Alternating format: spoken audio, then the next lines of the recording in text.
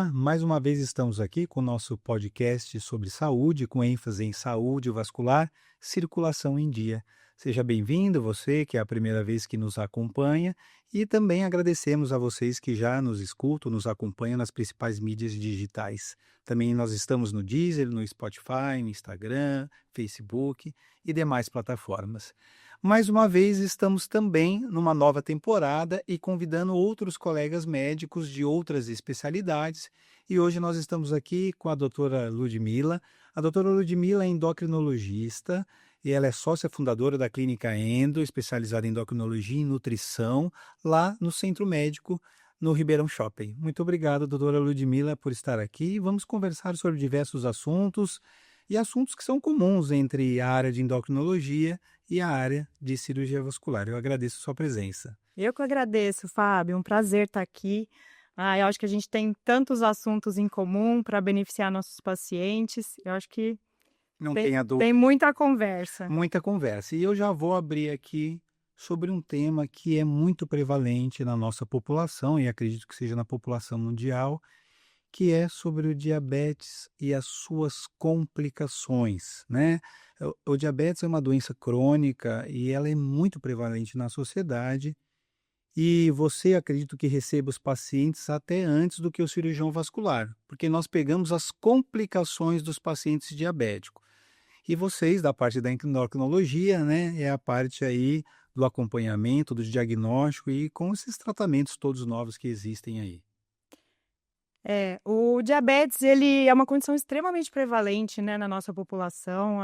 Cerca de 15% das pessoas têm diabetes e, infelizmente, está associada a muitas complicações, né? A gente fala que o aumento da glicose é só a ponta do iceberg. O problema é tudo que ele traz junto consigo, né? E aí, a gente é uma doença crônica, de difícil controle, mas que hoje a gente tem muitas abordagens terapêuticas, muita possibilidade de tratamento com melhora real, com diminuição dos riscos envolvidos, das complicações envolvidas.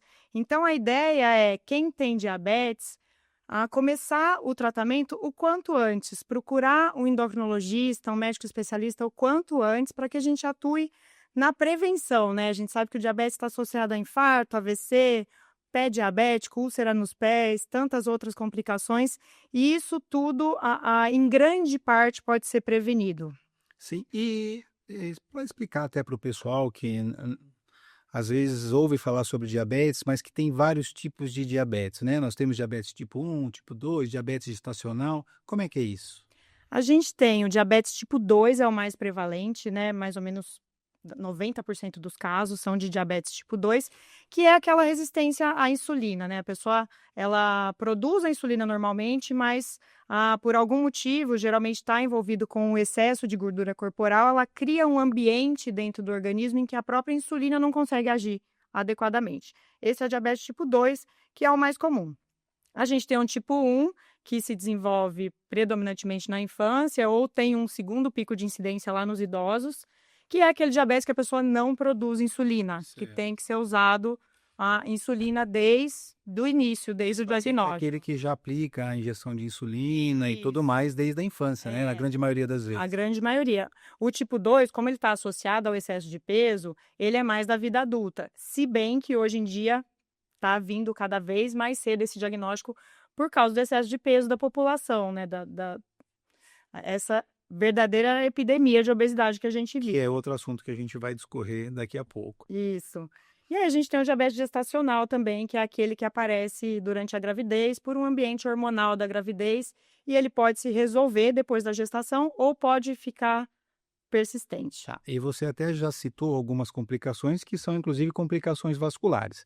Na área da cirurgia vascular, e depois a doutora Ludmila vai até exemplificar sobre outras situações que ocorrem, quando a gente tem um diabetes não controlado e principalmente ao longo de muitos anos, uma das complicações é o que a gente chama de aterosclerose, é a formação de placas que entopem a circulação.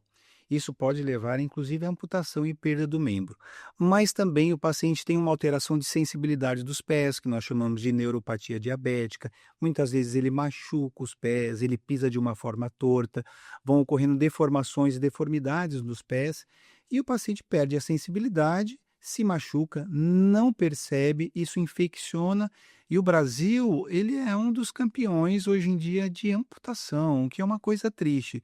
Porque se o diabetes diagnosticado e bem tratado, um segmento adequado, com o médico endocrinologista, que é aquele que faz um segmento mais refinado dessa doença, o paciente ele não vai ter complicações. Não é porque eu tenho diabetes que eu vou ter complicações. Eu tenho diabetes, obviamente, se eu não cuidar dessa doença, no futuro eu posso ter muitas complicações. Complicações cardiovasculares, infarto, AVC, oclusão das artérias dos membros inferiores, infecções nas pontas dos dedos, evoluindo com amputações.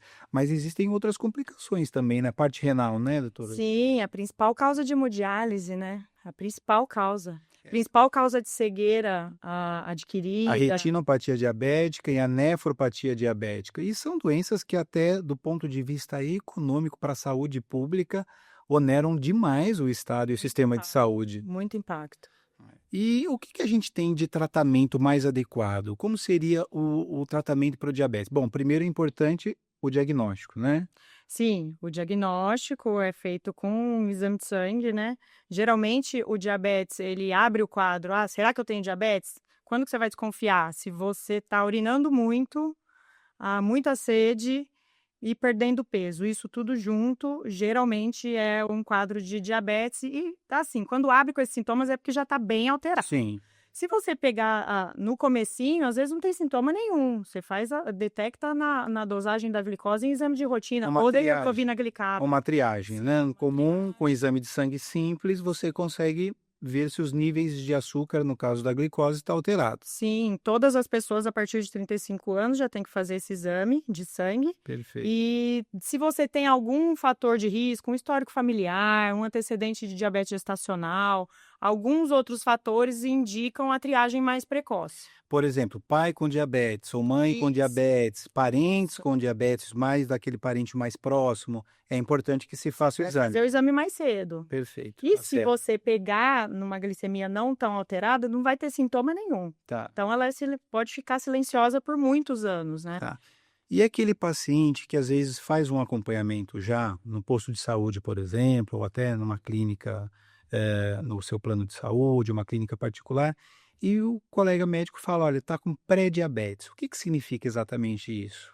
Pré-diabetes, eu gosto muito desse tema, porque assim, o pré-diabetes não é uma pré-doença. Tá. As pessoas entendem que, tenho pré-diabetes, então Estou começando a ficar não diabético. não tenho uma doença, eu tenho uma Tá. pré-doença. E não é verdade, porque já é comprovado que o pré-diabetes ele está associado à complicação. Tá. Ele é um estágio inicial, é isso? Ele é um estágio inicial e intermediário entre o normal e o diabetes. Então, por exemplo, a glicose em jejum. E o que é normal? Menor que 100. O que é diabetes? Acima de 126. Tá. Entre 100 e 125 é pré-diabetes. Significa que é uma plaquinha de atenção? Olhe, preste atenção, Com porque certeza. se você não se cuidar, existe uma tendência a você caminhar para o diabetes. Com certeza, Tá. com certeza. E aí tem indicação, inclusive, algumas vezes de tratamento com remédio. Perfeito. Já vai começar remédio. Alguns casos a gente fala, vamos ajustar tal estilo de vida, vamos melhorar sua composição corporal, para você ter menos gordura e produzir menos esses hormônios que estão prejudicando o seu metabolismo, sua ação da insulina. E aí a gente atua de forma preventiva, algumas vezes só com estilo de vida, algumas vezes já tem indicação de remédio. Tá, então agora nós entramos numa parte interessante do tratamento. Uma vez feito o diagnóstico, esse paciente o paciente é diabético. Então a gente tem aí os tratamentos. Às vezes o tratamento ele é mudança no estilo de vida. E às vezes o tratamento ele é medicamentoso, mas obviamente a mudança de estilo de vida tem que estar junto, não é isso? Ele é sempre mudança no estilo de vida. E assim, quando a gente tem uma conversa com o paciente que ele consegue entender os motivos disso, ele geralmente se engaja. Porque a hora que ele entende que isso tudo está relacionado à composição corporal dele e que ele pode se reverter para uma situação de metabolismo normal, tem estudos mostrando que quando você tem perda de mais de 10, 15 quilos, quem tem mesmo excesso de peso, o diabetes entra em remissão. Some, normaliza. Um diabético, mas isso mais para o tipo 2, seria? Tipo 2, sim, Tipo tipo 2. 2. Um diabético tipo 2 que está com sobrepeso, assim, com hábitos não saudáveis alimentares, sem atividade física e tudo mais, se houver uma mudança significativa, mesmo que no início haja necessidade de entrar com medicamento, ele consegue reverter esse quadro. Consegue, ele entra em remissão. Tem estudos muito bonitos aí dos últimos 5 anos mostrando isso. Inclusive, é super interessante, porque tem aquele diabetes tipo 2 que ele não é aparentemente obeso, sobrepeso, né? Você fala, Sim. e essas pessoas, né? E aí tem um estudo super legal lá dos veteranos dos Estados Unidos que mostrou que mesmo quem não tinha excesso de peso e foi submetido a uma redução da gordura, ficaram mais enxutos, digamos assim, também teve remissão. Então, assim, o excesso de gordura, em que momento o excesso de gordura vai te trazer problema? Não existe um número, cada um é um. Então, tem gente que tem um excesso enorme de gordura, os exames todos normais. Tem gente que tem o peso dentro do normal, mas ganha 1 quilinho de gordura, vai tudo para o fígado, vai para o pâncreas, vira pré-diabético. Então, esse momento, em que momento a gordura vai ser ruim para mim? Esse momento é seu, Tá. é de cada um. Então, mesmo que você não tenha um grande excesso de gordura corporal, se você tiver um diagnóstico de pré-diabetes ou diabetes, você com certeza vai ter benefício de redução ainda mais dessa gordura. Ou seja, então a necessidade, obviamente, de conseguir se fazer um diagnóstico precoce. Então, para quem tem histórico familiar, há necessidade de buscar fazer uma glicemia de jejum, tem também hemoglobina glicada, né, ou glicosilada. Qual que é o termo mais correto? Os dois estão Os corretos. dois estão corretos. E com esses exames, o médico analisa esses exames e, obviamente, a partir daí você tem um diagnóstico positivo ou não tem um diagnóstico. E se diagnosticado diabetes, há necessidade de tratar. E existe uma dificuldade muito grande nisso, porque a gente enfrenta a dificuldade da aceitação e muitas vezes os pacientes não têm sintomas algum naquele momento. E aí ele acha que está tudo bem. E como a alimentação, a comida faz parte do convívio social e de praticamente tudo que a gente faz, das reuniões familiares, das festividades, o paciente precisa ter uma mudança de hábito nesse sentido e muitas vezes a gente vê que é um pouco difícil ele aceitar isso, né? É difícil, é um processo, né, a pessoa passa por esse processo, assim, é claro que ninguém quer ter diagnóstico de disfunção nenhuma, enfim, ainda mais de uma doença crônica, né, é impactante.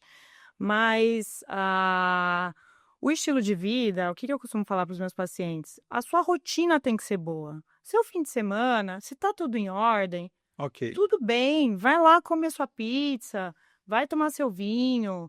Então, assim, se você tiver o seu segunda a sexta ali amarrado, tô fazendo meu exercício, tô comendo direitinho, tô comendo uma comida natural, pouco processada, sem grandes excessos ali, se você conseguir manter a rotina é que manda, Entendi. não um dia. O que Perfeito. manda são 5, 6 dias na semana, não Sim. um dia, 2. Entendi. Então, se você consegue ajustar isso, já está no trabalho, faz uma rotina boa, cuida da sua saúde, e aí você vai ter permissão para dar as suas escapadas do trilho, porque todo mundo sai do É trilho, óbvio, óbvio. todo mundo sai. E aí ok você sair, porque você não tem um problema grave, você não está numa hemodiálise, você não está numa situação que você é proibido de fazer nada. Exato. A questão é ajustar o grosso. E o problema é quando o paciente realmente ele não adere ao tratamento, ele pode num primeiro, num segundo, em 5 anos talvez não ter repercussão nenhuma para ele naquele momento, mas quando as complicações do diabetes elas aparecem, elas são muito graves, né? Você ser diagnosticado com insuficiência renal, com uma nefropatia diabética e ser indicado uma hemodiálise vai mudar a sua vida de uma forma negativa, vai atrapalhar toda a sua vida, né? Fora que a sobrevida diminui também. Né? E igualmente para a visão, a gente tem a retinopatia diabética, o paciente ele começa a ter um déficit visual importante, uma dificuldade visual importante por alterações que acontecem nos olhos por conta de não controle da glicemia. E na nossa parte da cirurgia vascular, como eu já disse, o Brasil é um dos campeões de amputação e a gente tem que muitas vezes o paciente faz um machucadinho no dedo por um calçado apertado que ele não sentiu, infecciona. Uma costura que ficou ali Exato, solta. coisinha de nada, e aí num dia ele vai lá, está com uma infecção no dedo, em 2, 3 dias, às vezes, ele perde o dedo e tem indicação de amputação. Então, o não tratar o diabetes é algo que gera complicações muito graves e muito ruins para a qualidade de vida do paciente. E hoje em dia a gente tem tratamento com medicamentos cada vez mais modernos. Muito, muito. A gente tem muita opção de tratamento bom para diabetes. Claro que a base bem feita do estilo de vida, uma composição corporal adequada, enfim, toda a rotina envolvida nisso, mas as medicações, a gente vê que houve uma mudança de paradigmas no tratamento de diabetes nos últimos 10 anos, porque lá quando a gente fez faculdade, né, Fábio, o que que era tratar Há diabetes? 20 e poucos anos 20 e atrás. poucos anos, eh, era controlar a glicose. A Tá, glicose está controlada, ok. tudo certo. Hoje mudou, porque as medicações evoluíram tanto que para mim não basta só controlar a glicose. Eu quero controlar a glicose e prevenir infarto. Perfeito. Eu quero controlar a glicose e proteger o rim, proteger os pés, proteger de AVC.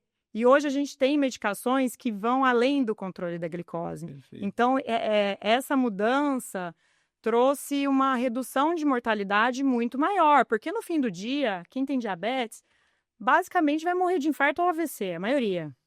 A maioria, ou complicação de doença renal, mas enfim, a maioria de quem tem diabetes vai morrer de infarto e AVC, e é isso que a gente tem que prevenir, muito mais do que, quanto está minha glicose? Não, Perfeito, eu entendi. quero prevenir doença cardiovascular.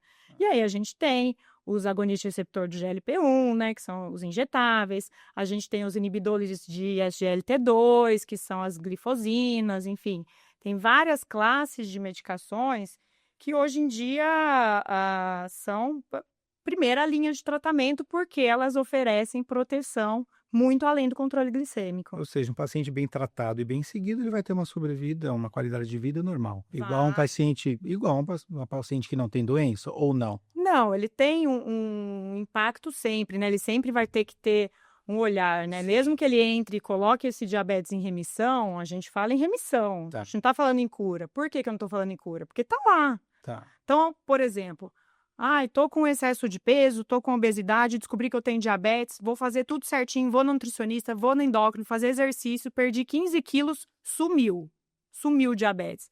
A gente fala em cura? Não, Porque se mudar e remissão. ganhar peso, ou perder, mudar a condição, retorna, Exatamente, né? porque vai voltar, a base está lá, a base está lá. Então, é uma postura de vigilância, é você saber que você tem uma questão metabólica que é desfavorecida. Então, você precisa ter um estilo de vida melhor para você ser normal igual a outra pessoa.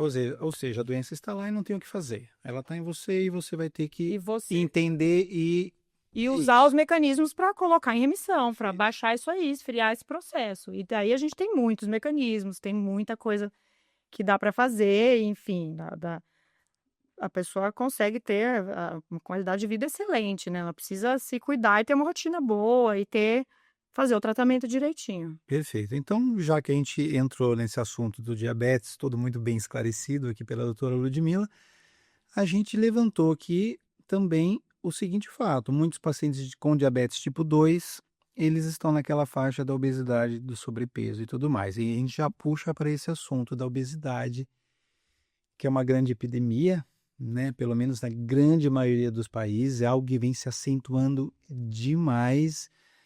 A gente vê isso no nosso consultório, acredito que você deva ver assim muito mais, até porque é a referência para o tratamento da obesidade, do sobrepeso, mas é algo que a gente vê nas ruas, no dia a dia, pacientes com sobrepeso. Se a gente puxa, eu vi outro dia interessante, fotos antigas de determinadas regiões. Então, foto do centro da cidade de São Paulo, uma foto bem ampliada, 1980. Aí você olha aquela multidão, todo Todo mundo magrinho. magrinho. Aí você tem a foto no mesmo local É. hoje e você tem 50% ou mais ali na faixa da obesidade, do sobrepeso. Como isso tem surgido, o que tem acontecido, e depois a gente vai falar desses novos medicamentos que eu acho super interessante, né? Eu não sei se é um termo que pode ser usado, as tais canetas emagrecedoras, né? Mas popularmente, às vezes, quem não é da área da saúde fala, eu quero a caneta e tudo mais, a gente vai chegar nisso. Então, a obesidade e sobrepeso é uma doença e com complicações. Isso, é uma doença crônica, né?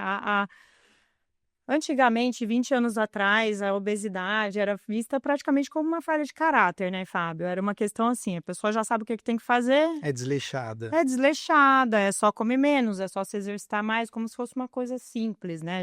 Hoje em dia, a gente entende muito mais as bases disso, Tá. as alterações hormonais que estão envolvidas nisso. Então, basicamente, hoje em dia, a obesidade é vista como uma inflamação numa área do cérebro, chamada hipotálamo, que é uma área que regula várias funções, inclusive fome e saciedade. Então, essa área, ela, como se ela ficasse desregulada, a fome e a saciedade da pessoa. Então, tem alterações hormonais. A pessoa não está inventando que ela está com Sim. fome, ela tem a fome aumentada. Ela precisa de um prato maior para ter a mesma satisfação que outra pessoa tem com menos. Então, esses mecanismos, eles acontecem muitas vezes desde a infância. E quando acontece muito precocemente, chega a ter morte celular nessa área. O que piora ainda mais no futuro. Exatamente. E vai estar lá, é igual diabetes, é uma doença crônica, vai estar lá. Então, eu tenho obesidade, eu vou tratar, vou fazer tudo certinho. Opa, melhorei, emagreci tudo em ordem. Tá em remissão, não é cura. Perfeito. Bobeia, ganha 10 quilos. Na hora. Descompensa tudo. Descompensa tudo. Então, a obesidade, a gente não sabe exatamente o que deflagra isso, essa inflamação, ela tem muitas causas. Pode ser porque você teve uma exposição a alimento ultraprocessado precoce na infância, pode ser porque você teve que tomar um corticoide por algum motivo, pode ser porque você teve uma fratura, ficou sem fazer exercício e aí deflagrou. Então, assim, tem muitos motivos para isso ser deflagrado. Isso está totalmente associado à nossa genética, que foi feita para poupar energia. Então, o nosso DNA ele foi forjado, né, por milhares de anos para o ambiente de escassez. Então, só chegou aqui hoje quem poupa energia. Seja, eu como mais para poder guardar para um determinado momento, né? Sim. Só que a humanidade foi se evoluindo, os séculos foram passando, hoje se produz alimentação em abundância e, né, a gente tem esses ultraprocessados e essas facilidades, né? Eu diria que aí com alimentos hipercalóricos, Hiperpalatáveis, hiperpalatáveis, viciantes. Então, a gente pegou esse DNA e jogou nos dias de hoje, né? Que você tem a vida é mais sedentária, então tem toda essa base e aí deflagrou essa epidemia, né? Agora, a partir do momento que você entende que é uma doença crônica, que tem uma base ali hormonal que está estabelecida, você entende que o tratamento também tem que ser crônico, que não é uma questão de força de vontade, quero ou não quero. Quando a gente começa a perder peso, o corpo usa muitos mecanismos para lutar contra, é uma luta muito inglória. Ou seja, existe uma dificuldade grande realmente. Uma dificuldade enorme, assim. Quando a gente perde peso, para cada quilo de peso perdido, a fome aumenta 100 calorias. Olha isso, eu não sabia desse... É um dado interessante. O metabolismo cai 30. O metabolismo cai junto. Ou seja, é sofrido perder peso mesmo, né? Às vezes, para esse paciente. A chance de uma pessoa conseguir sem suporte é baixíssima, é 2%, 3%. Já existem esses dados. Ou seja, precisa de um acompanhamento médico A especializado. perda de peso ainda é a fase mais fácil. Tá. O mais difícil é a manutenção depois. É a manutenção. Eu falo que a perda de peso é como se você estivesse descendo uma escada rolante que está descendo também. Tá tudo indo bem. Depois a manutenção é igual você subir uma escada. Chegou. Aí para você. Aí vira ao contrário. É como se você tivesse que subir uma escada rolante que está descendo. Entendi. Você tem que fazer o dobro de esforço para ficar no mesmo lugar. uma bobeada desencadeia tudo. Exatamente. Uma pessoa, por exemplo, que controlou a obesidade, hoje em dia está com IMC normal, para ela se manter igual outra pessoa que tem o mesmo peso dela, mas nunca teve obesidade, o esforço dela é muito maior. A que nunca teve, ela não ativou esses mecanismos. Entendi. Então, se você já teve, o seu cérebro sempre vai buscar o seu peso máximo. Sabe como é difícil. Ele quer buscar o peso máximo. É como se fosse um balão de gás hélio que quer sempre chegar no teto. É bom porque abre uma nova visão, né? Que é o que você falou. Antigamente a pessoa era vista como desleixada, uma pessoa que às vezes não consegue ou não quer, é preguiçosa, é muito ruim, né? Porque você acaba piorando ainda mais a aceitação da doença, o entendimento da doença e até o tratamento. Muito estigma. Mas também está associado também à necessidade, como a gente falou do diabetes, da mudança de hábito também, né. Sim, sim, a necessidade Quantidade de de hábito. movimento, a gente vê, né, hoje em dia fica-se sentado muito tempo, deslocamento pequeno, muitas pessoas agora trabalham de casa, né, com acesso à alimentação o tempo todo, não é É, fácil. é. A gente não tinha essa noção antes, né, a gente, por exemplo, o tecido muscular, ele era visto basicamente como para se locomover, para sustentar o corpo em pé, a gente não sabia da importância metabólica da massa muscular. Hoje já tem vários hormônios que a gente sabe que o músculo produz, a gente não sabia, músculo não era órgão endócrino, gordura não era órgão endócrino, a gente não sabia que esses tecidos produziam hormônio, né.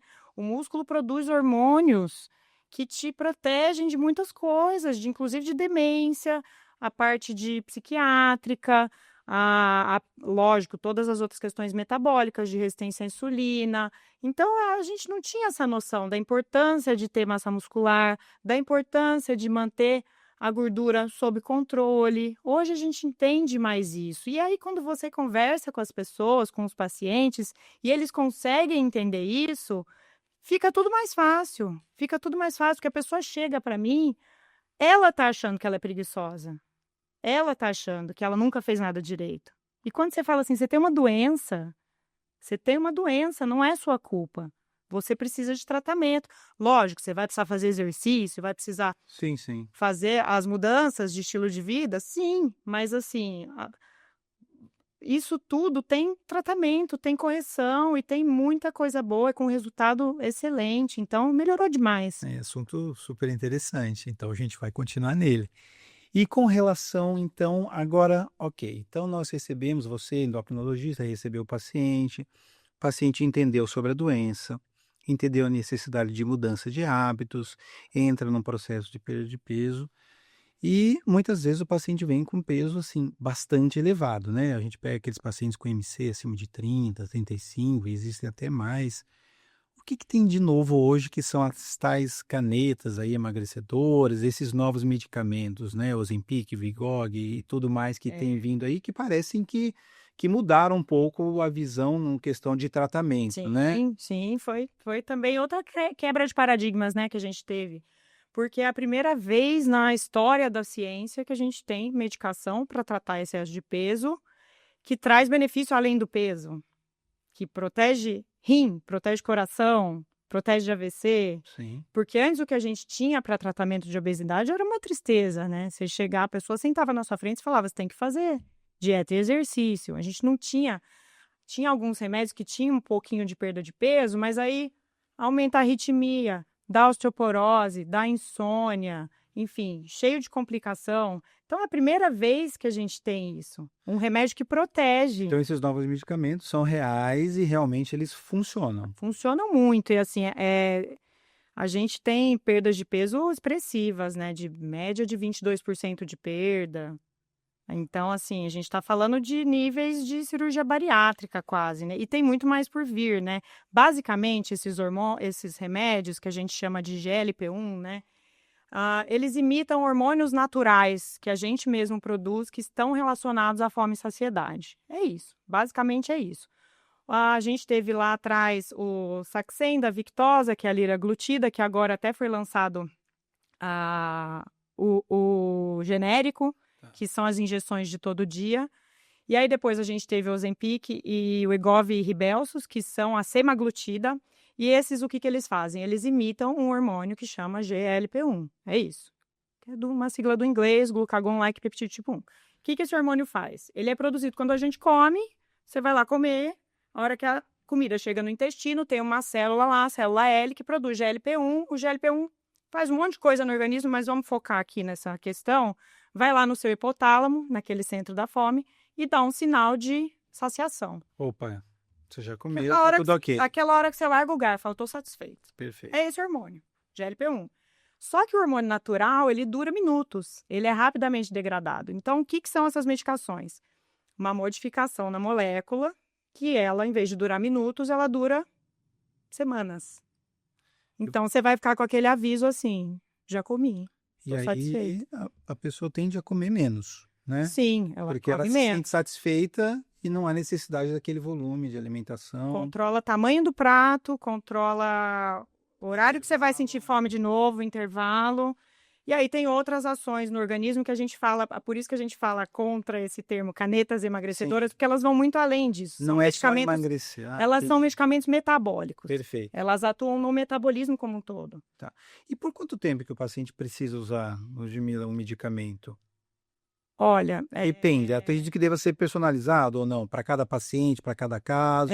Talvez alguns pacientes por mais tempo, menos. Eu estou te perguntando só realmente porque eu não sei dessa área como que funciona isso. Assim, na verdade, como que a gente vê hoje? É aquilo que a gente estava falando, é doença crônica. Doença crônica é tratamento crônico. Tô dizendo, Ludmila, você está me falando que eu vou ter que tomar pro resto da vida Ozempic na dose máxima, Mounjaro na dose máxima? Não, não é isso que eu estou falando. Eu estou falando que você tem uma condição crônica, recidivante, e que com certeza você vai precisar usar por um tempo até atingir a meta. Depois que você chegou nos seus objetivos, se a pessoa for tudo bem para ela continuar com o medicamento, a recomendação é continuar. Não na mesma dose necessariamente. Você vai adequando. A gente vai adequando, a gente muda de um remédio para outro. Vamos trocar desse para esse. Às vezes a gente troca, se não está uma dose tão alta, um injetável pelo via oral. Existe o Ribelsus, que é o mesmo do Ozempic, mas via oral. Então, assim, a gente vai fazendo esses manejos, mas a medicação tem perfil de segurança para uso crônico. Tanto é que quando eu começo para quem tem diabetes, eu comecei para não tirar mais, até aparecer um remédio melhor, não vai tirar. Então, ele tem perfil de segurança e como é uma doença recidivante, na maioria das vezes, as pessoas vão ficar num desmame ou com uma dose pequenininha, ou com uma dose média, ou vai espaçar a dose. Assim, na verdade, se você for ver na literatura, na ciência, não existe protocolo de desmame desses remédios. Perfeito. Porque eles são remédios para uso crônico. Então, você não vai ler artigo nenhum escrito assim, faça assim com o Ozempic. Não. Tomou 6 meses, agora diminui a dose da metade, depois você para.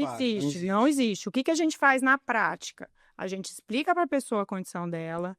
Muitas pessoas tomam, se sentem bem e falam, nossa, que ótimo com esse remédio aqui, eu não quero mais tirar. Tá tudo certo na minha vida, eu não vou tirar. Tá tudo bem. Vamos achar uma dose menorzinha? Tudo bem, tô ótimo. A pessoa entende e tudo bem. Tem casos em que a pessoa não quer, por 1000 motivos. Financeiramente, inclusive, são medicações caras, né? São medicações que uso crônico, colocar no seu custo fixo aí para o resto da vida. A pessoa fala, agora não estou conseguindo mais, vamos buscar alternativa.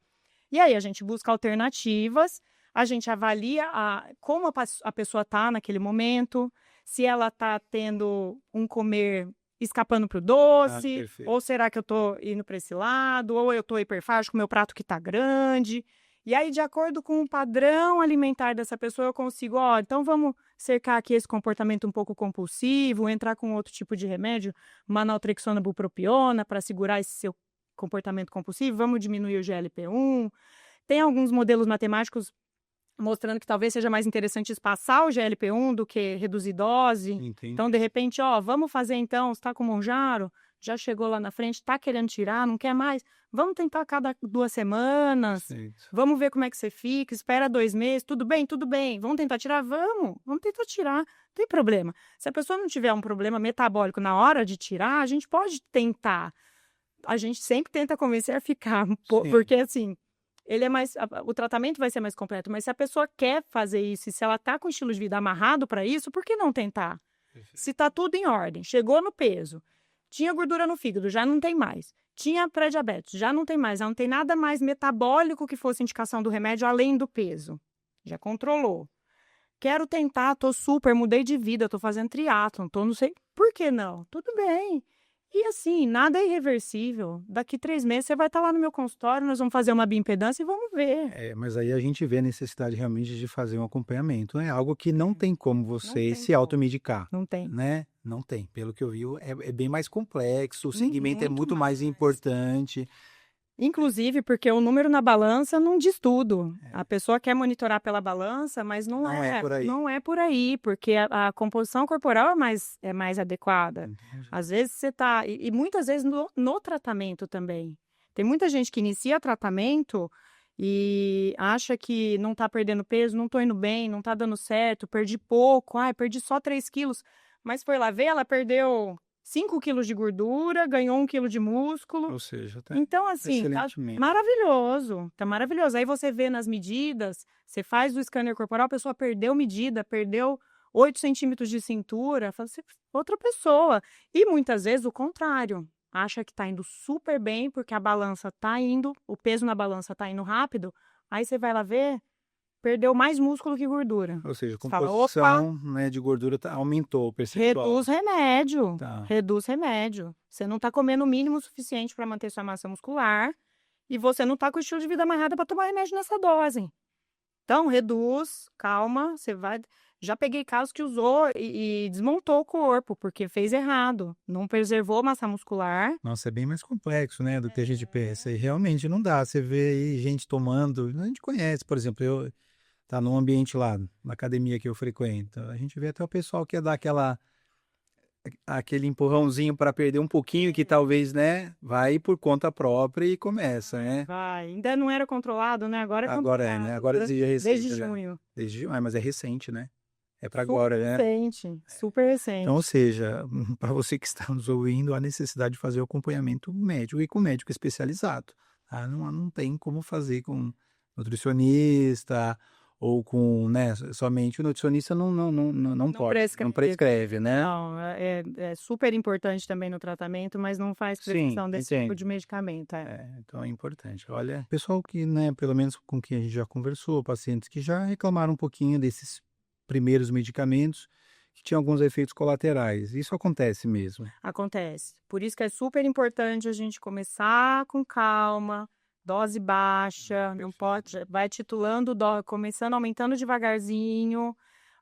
Tem muita estratégia de comportamento e nutricional para amenizar efeito adverso. Hoje em dia a gente sabe lidar muito mais com isso. Lá atrás, 5 anos atrás, a gente sabia, tô com náusea, o que que eu como, o que que eu falo para o paciente comer.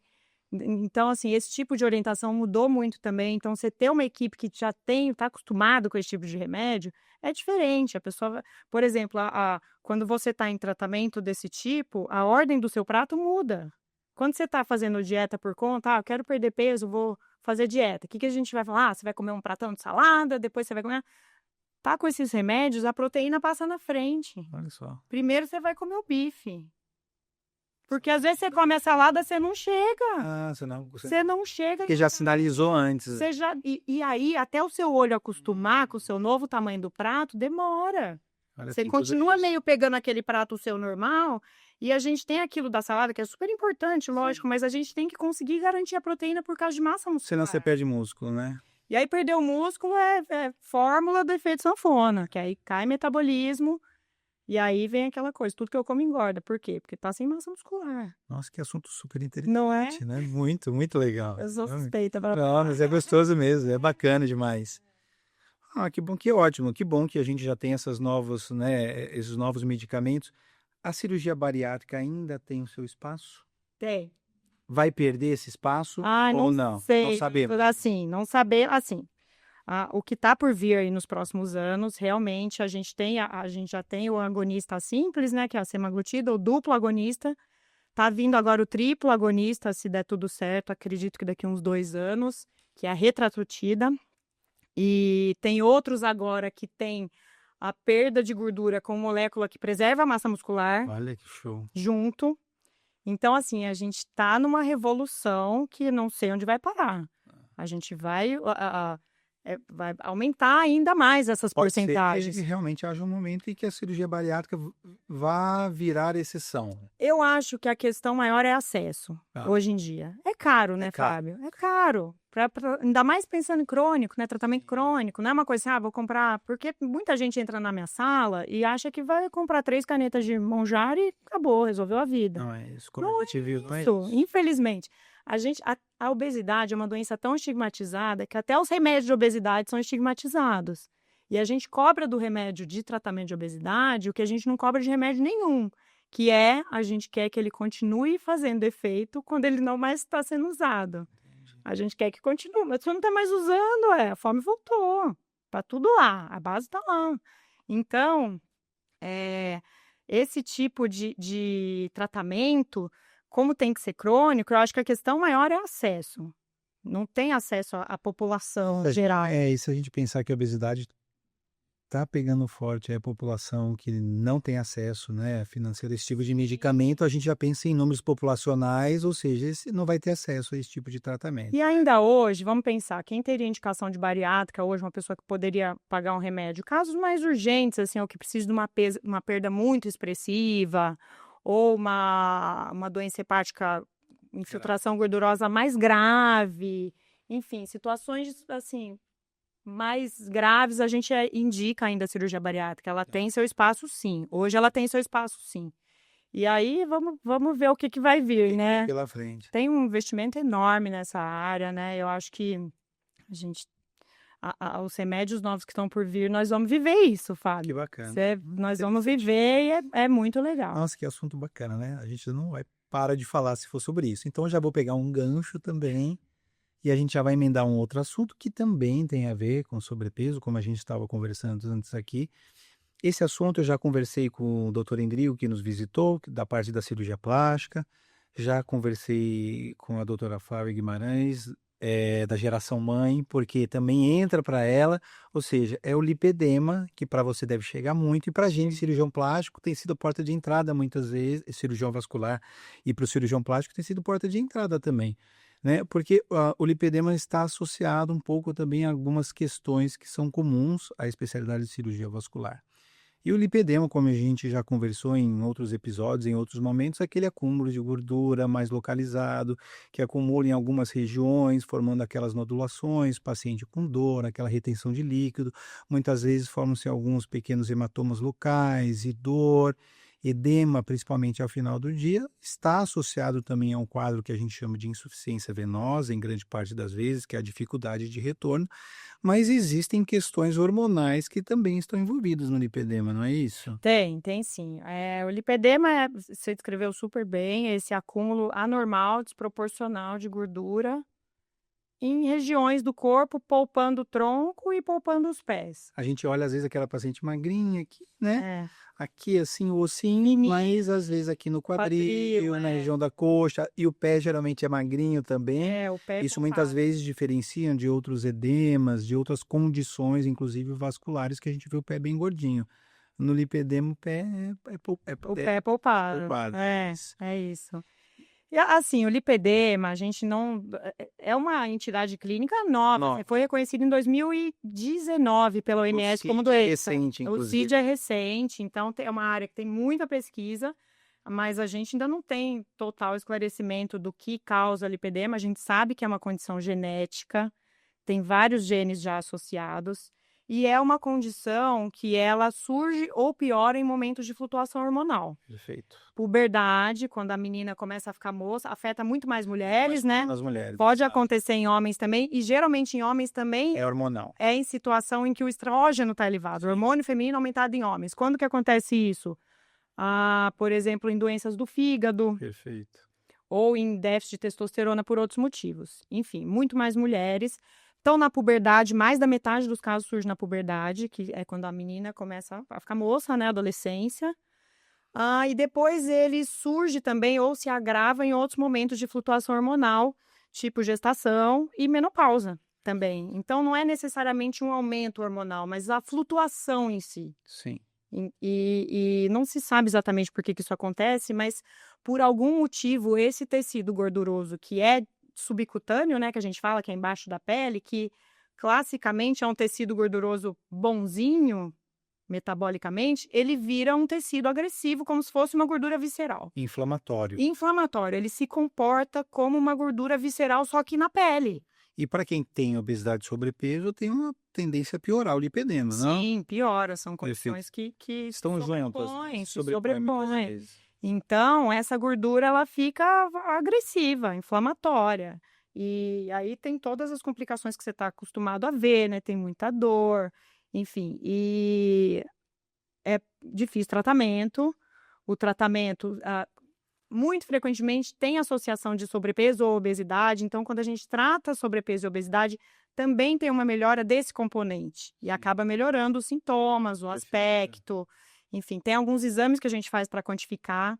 A densitometria de avaliação do corpo total, a gente consegue quantificar isso e ver a proporção, massa de gordura nas pernas sobre massa de gordura total. Se for mais que 38%, a gente fala, isso tá normal, é muito acúmulo na perna para o resto do corpo. Então, enfim, a gente consegue ter elementos de ferramenta diagnóstica, além da clínica, né, que é o principal, o diagnóstico é clínico, mas para acompanhamento e tratamento difícil, né, um tratamento que se a pessoa já for magra, não tiver um excesso de gordura, é mais difícil ainda, porque exato. se tem um sobrepeso associado, a gente consegue com esses remédios novos, Melhorar esse a componente a gente melhora, e aí melhora tudo. Existe uma plausibilidade biológica, assim, é possível que esses remédios atuem também sobre lipedema, a gente não tem dados para isso ainda. Tem relatos de casos, séries, apresentou no Europeu de Obesidade, coisas de Perfeito. congresso médico, poucos casos com dados favoráveis, mas não tem estudos grandes ainda. Mas é muito possível que isso aconteça, porque essas medicações, elas reduzem a inflamação. Elas reduzem um marcador que a gente pede muito de inflamação, que é o PCR, a proteína C reativa. Reduz, semaglutida reduz PCR. Então, é possível que exista isso e que a gente tenha mais dados sobre isso. Lembrando que também para a melhora do lipedema há também uma necessidade de mudança de hábito, né? Atividade física é importante, a gente tem as drenagens dos membros inferiores, uso de meia elástica, compressiva e por aí vai. Exercícios físicos específicos. Então, assim, procure orientação, Alimentação né? mais específica. Alimentação né? mais específica. Então, por exemplo, exercício físico não pode ter impacto. Então, quero correr. Você tem lipedema, a corrida não é o melhor exercício para você. Perfeito. Vai fazer uma bicicleta, vai fazer uma natação. Perfeito. Não estou falando que tem que ser baixa a intensidade do exercício. Estou dizendo baixo impacto, baixo a moderado impacto, não a intensidade. Perfeito. Você pode fazer uma bicicleta nível alta intensidade, mas evitar impacto, por exemplo, pular corda, não é bom. É o meu treino de musculação, pular corda. Pô, tira essa corda. Pula do banquinho no chão. Para de pular. Crossfit nem pensar. Crossfit, não. Então, assim, tem escolhas e orientações específicas de alimentação. A gente tem, o que tem mais base é a dieta mediterrânea, mas assim, acho que a base de alimentação do lipedema é aquela frase, né? Desembale menos, descasque mais. Sua alimentação tem que ser natural, o mais natural possível. Praticamente não comer ultraprocessados, Isso, né? vegetal, fruta, cereal, alimentação Menos farinha branca. existe, tem alguns estudos com dieta pobre em carboidrato, low carb, né? E também com a dieta cetogênica. Que ela é baixa. Ultra menos que 50, é muito baixo carboidrato, mostrando que melhora para alguns perfis de pessoas, melhora da dor, melhora daquela sensação de peso, de inchaço. Então, a low carb e a cetogênica, não sou defensora, Sim. mas assim, ela tem seu Tem contexto. seu espaço, né? A lipedema, ela tem sim. E a mediterrânea, basicamente é isso. Sua alimentação tem que ser natural, menos sal possível, evitar ultraprocessado, esses aditivos, é tudo natural. E exercício sem grande impacto, estilo de vida. Mudanças. Olha que bacana nossa conversa, assuntos super interessantes, dá vontade de ficar aqui mais uma hora conversando sobre isso. Mas, doutora Ludmila, já te agradeço pela sua presença aqui com a gente. Eu acho que a gente podia marcar uma outra vez também, para nós conversarmos mais um pouquinho sobre saúde. São assuntos interessantes e que tendem a mudar, né? Principalmente nesse quesito aí desses novos medicamentos. E eu vou te fazer uma pergunta para a gente finalizar, e além de agradecê-la pela presença aqui, que a gente faz para todo mundo.